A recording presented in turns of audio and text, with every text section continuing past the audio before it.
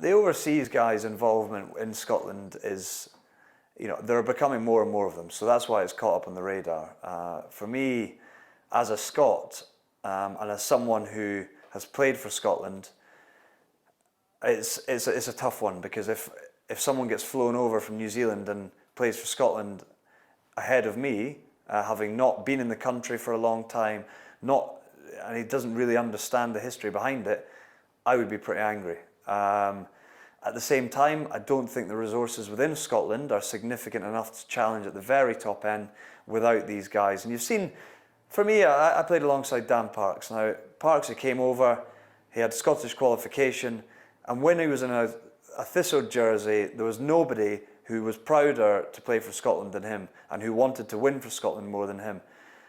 And for me, that's the key factor. If guys want to come over, it's to play for Scotland, but it's also to represent Edinburgh and Glasgow and play for them, do well for them. And my rule would be, if you want to come across and become Scottish qualified by playing in Scotland, you have to stay in Scotland beyond your contract and keep the contract rolling over, because that's the only way that you're going to get true buy-in. I think key guys are Josh Strauss, guys like Kieran Lowe, are really important too. Sean Maitland, obviously, are really key guys to Scotland. So it's a tough one to balance, but I think we need a lot of resources, and it's all about the mindset of the guys that come over.